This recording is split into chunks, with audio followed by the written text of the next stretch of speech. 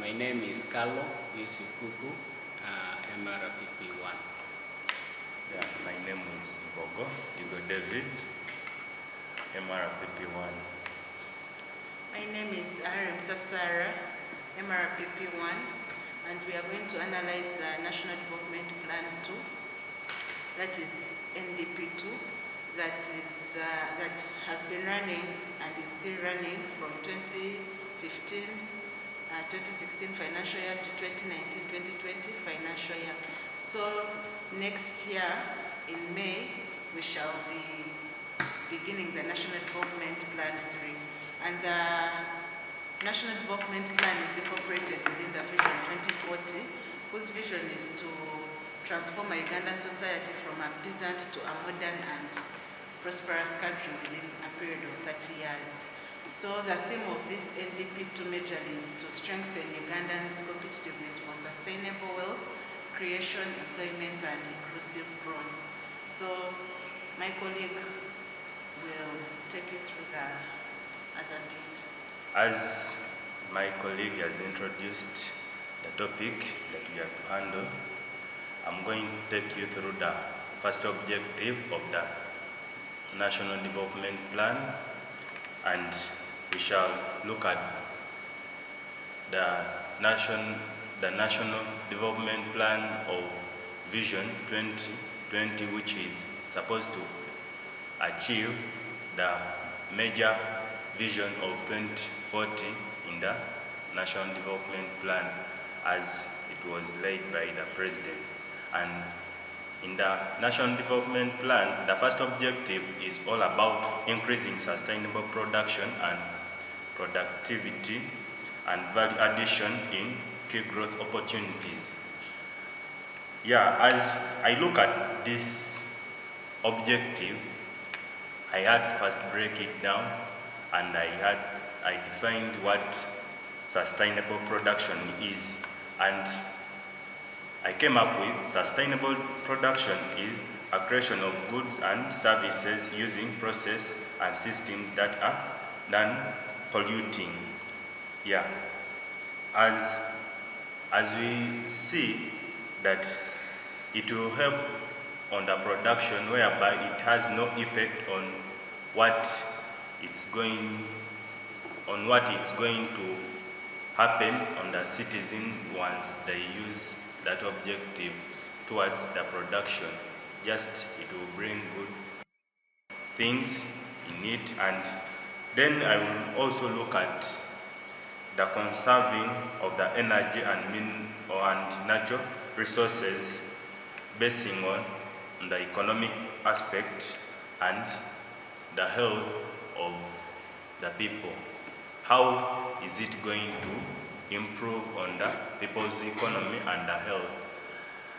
As I look at the economy, we shall break down some key priorities like agriculture as one of the things that is going to improve on the production, and I will look at tourism and also look at the minerals. The minerals, these are the things that are within the environment, or these are the natural resources.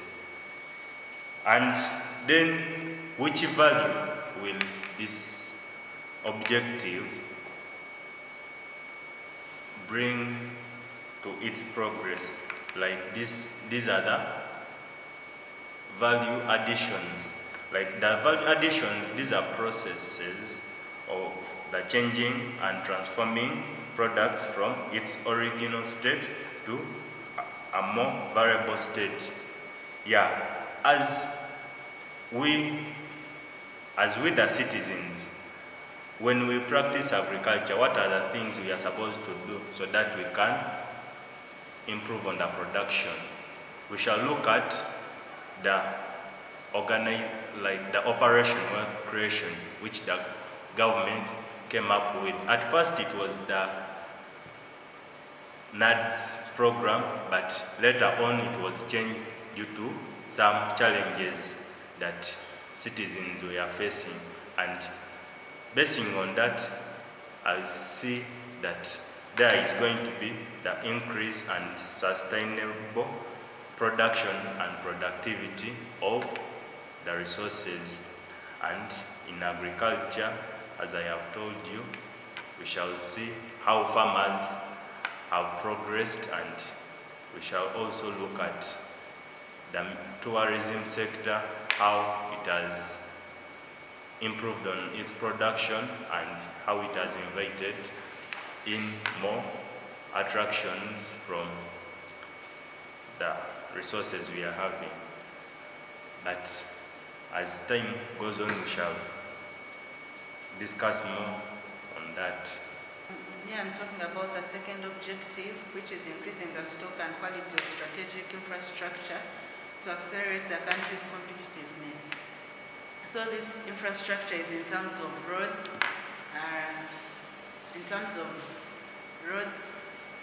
that is for the sector of transport, then also telecommunication and energy.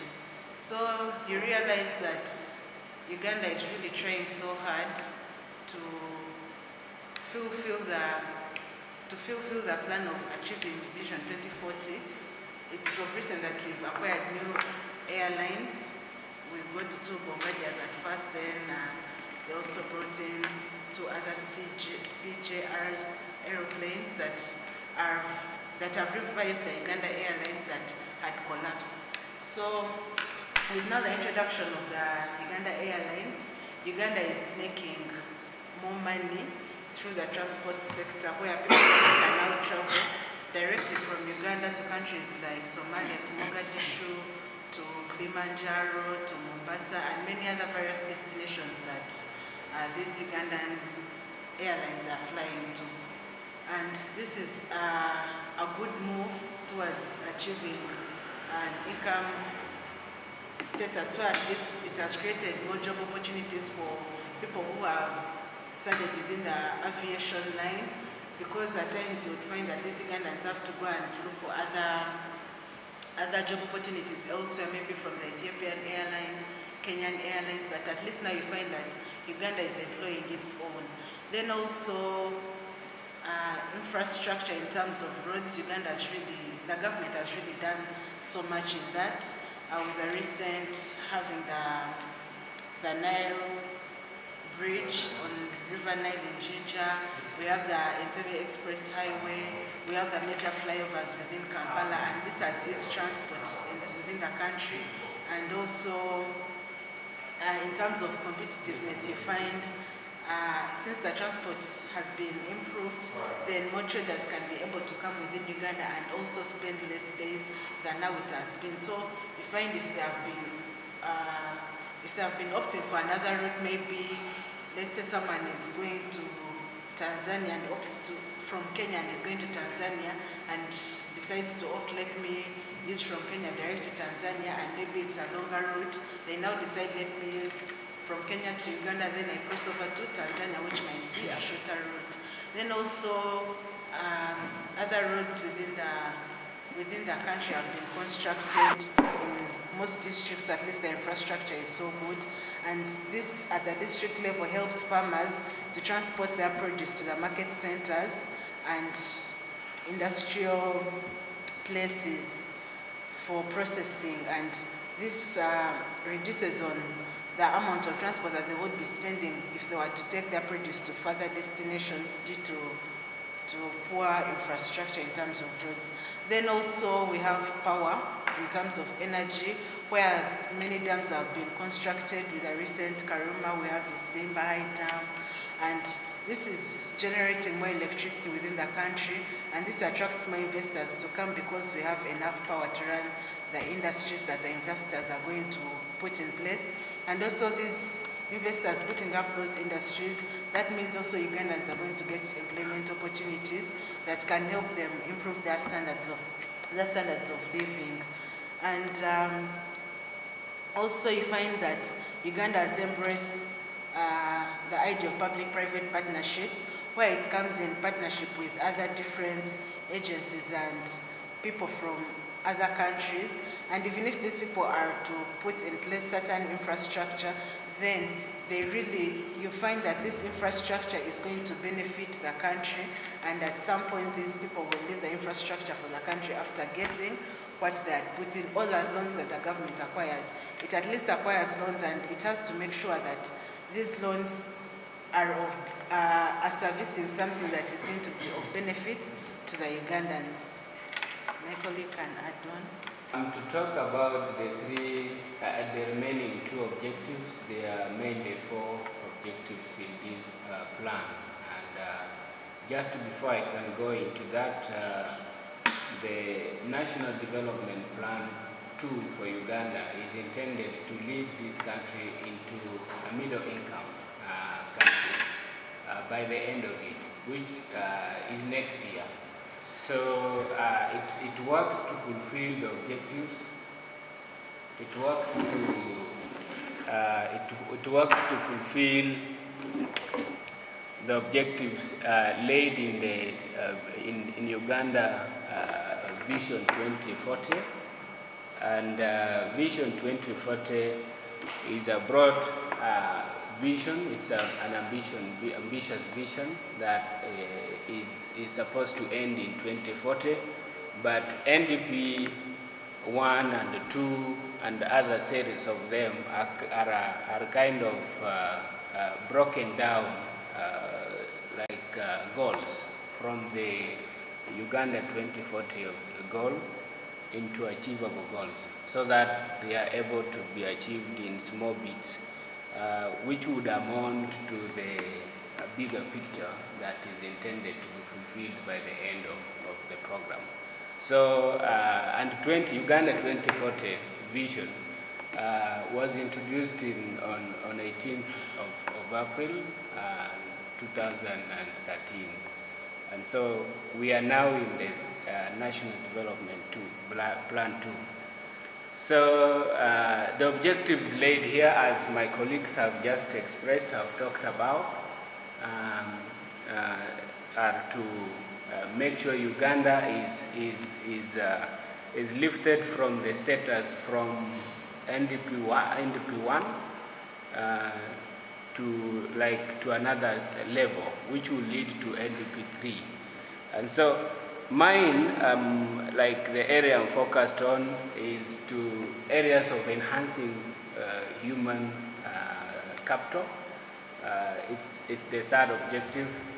It's that the human capital, which is human resource in Uganda, should be enhanced, should be capacity built, should be trained, should have skills in a way that they are able to utilize the natural resources that exist in the country and use them for the welfare of the citizens in this country. So that's why you can see the government has had a lot of initiatives, many fundings to education programs, and the scholarships are offered to different people, and those are motivated. Those actions are motivated by this goal.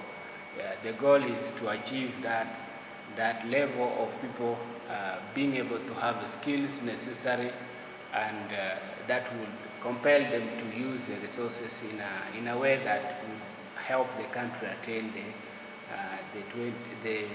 middle income status. And when we talk of middle income status, according to the World Bank, it means a country, like every individual in this country, should be able to at least have an income per himself or herself per 1 year of about $1,025.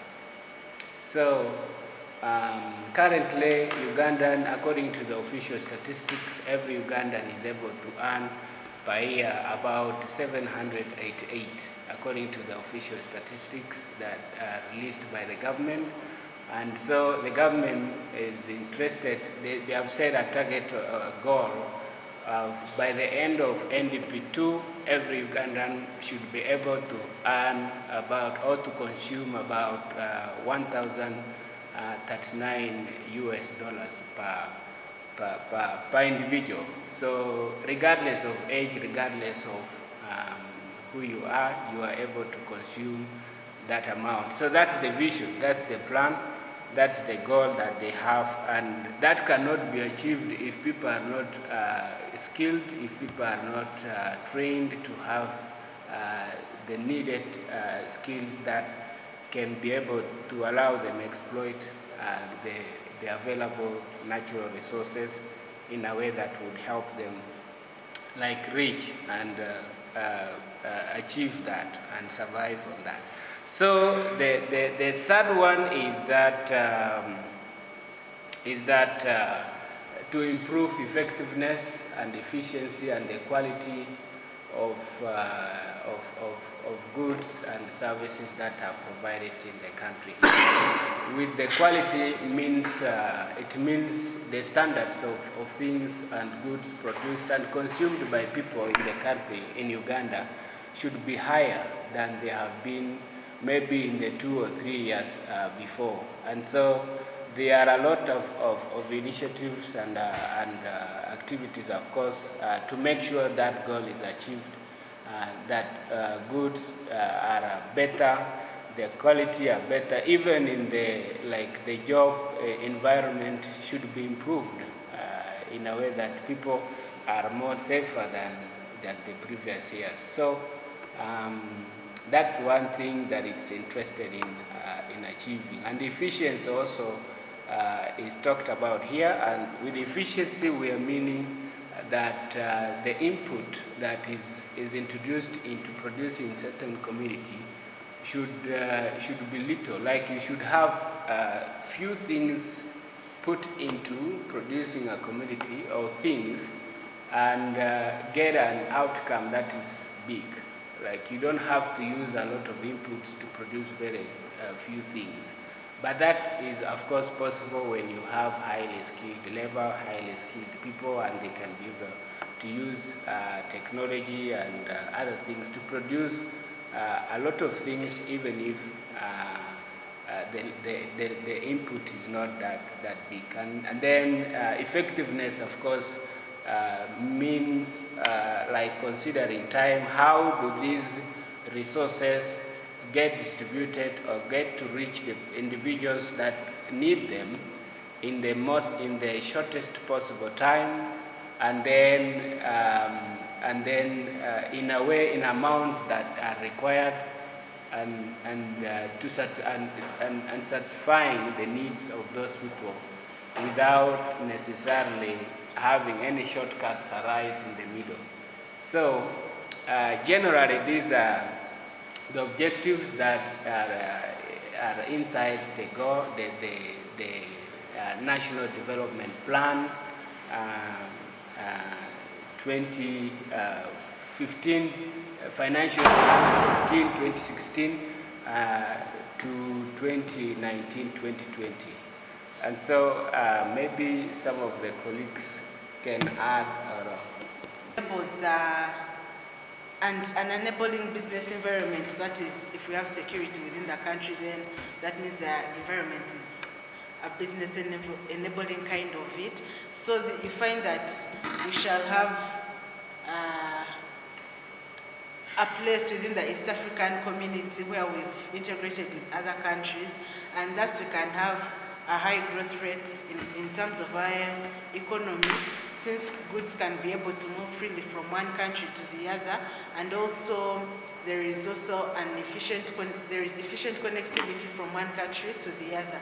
Like of recent, President Museveni and hosted President Tshisekedi of Democratic Republic of Congo, and they came in agreement to construct the roads that are around the borders, where Ugandan side the roads are already constructed, but in DRC the roads are not fully constructed. Now, like take an example of Bunagana side in Kisoro, the up to the Ugandan side in Kisoro it's tarmacked, but from there in DRC it's not tarmacked. So you find that people are traders are opting to use Chanika border through Rwanda to come to Gisenyi, so that they can go to Goma in DRC, because the road through Rwanda is constructed. And here you find the traders are taking long on the way, and it does not add up to what they have. The cost that they incur do not add up. So if these roads are constructed, you find that there is easy connectivity from one country to the other than first passing through another country, because the roads the other side are impassable. Then also, you find there is employment opportunities within the East African region. Uganda can be able to employ people from other countries, and also other countries taking in people from Uganda with a good infrastructure in terms of roads, airlines that we'll be having. And also infrastructure in terms of energy also contributes to the economy, where of course many investors will be attracted and different people will gain employment opportunities within those industries that have been constructed. But well, infrastructure is key, but we need to have in mind where we are getting our finances. If you find we are getting finances in terms of loans maybe, or we are getting public debts and we are servicing things that are not going to be of benefit to the country, then you find the country is losing out. So we need to get these debts or loans and service these things and these infrastructure developments that we need to have, that will attract investments that yield significant returns within the country. As I wind up, when you look at how the production of the Vision 2020, as I based on some of the aspects and assumptions that tourism in Uganda is one of the foreign chief exchange, whereby it turns Uganda's economy to a weighing scale, in that the money that is collected from the tourists, it enables Uganda to finance its budget basing on the money that is got from the tourism sector. And we can look at some of the tourism sites that we are having. Like in eastern Uganda, we have the source, which has called very many foreigners to come and see where the origin of the Nile starts from, and it has contributed much funding to the government, and it has not left also the people around the Nile poor, but they have also earned something due to the businesses that they set up. And when I look at also agriculture, basing on the programs that the government came up with, it has improved on the technology, on how people can use these technologies in achieving or in producing the products into the market level.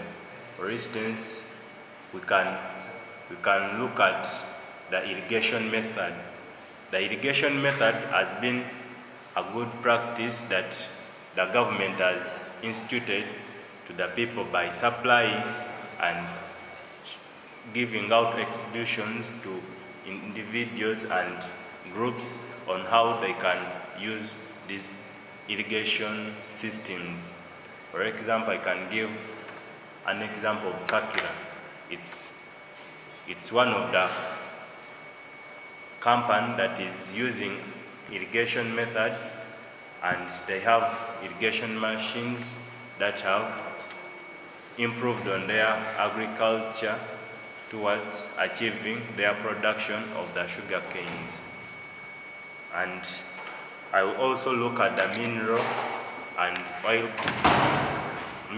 oil and gas, whereby the government has also invested in a lot of money to achieve that goal, whereby the country has the routes where it can get and fund the machines that they use in manufacturing or refining the oil into the market. Though by the end of the Vision 2040, the country will be at its peak and it will be producing its oil. That's what I had for you. To wind up, I think it's also important to look at the challenges that are facing these big goals. These, like the NDP2 has got very huge ambition, but there are also a lot of challenges that we can't escape without looking at them. Among them, like the slowness of achieving the goals is proving to be to show many things that are coming. For example, if we talk of every Ugandan by the end of June next year to be able to earn about 1,000, at least a minimum standard that is set by the World Bank of $1,025. It's not likely to be achieved, though it has been ambitious goal, but it might not be achieved. And these are attributed to many or multiple factors that are happening. Of course, there are achievements in many areas, and also there are challenges. And among these challenges include the weak system, like weak public sector system for service delivery. You have got corruption, you have got a lot of things that are embedding these very beautiful goals set to have elevated this country to a certain standard. But you have all these things that are challenging the state of achieving the goals. And even the technical ability is also, we must remember that Uganda is part of the low developing countries, or among the developing countries. And so it is a struggle always to find even the right technology that you can apply to achieve these objectives is not easy. So these are challenges that we must see, and we have realized that are hindering achievement of this. There are also challenges related to land, and because every investment requires a space, it requires land, in other words. So there are challenges arising from those, and I think there are multiple of them, but because of time we could just end there. So about the National Development Plan, this is all we had for me and the entire crew. Thank you.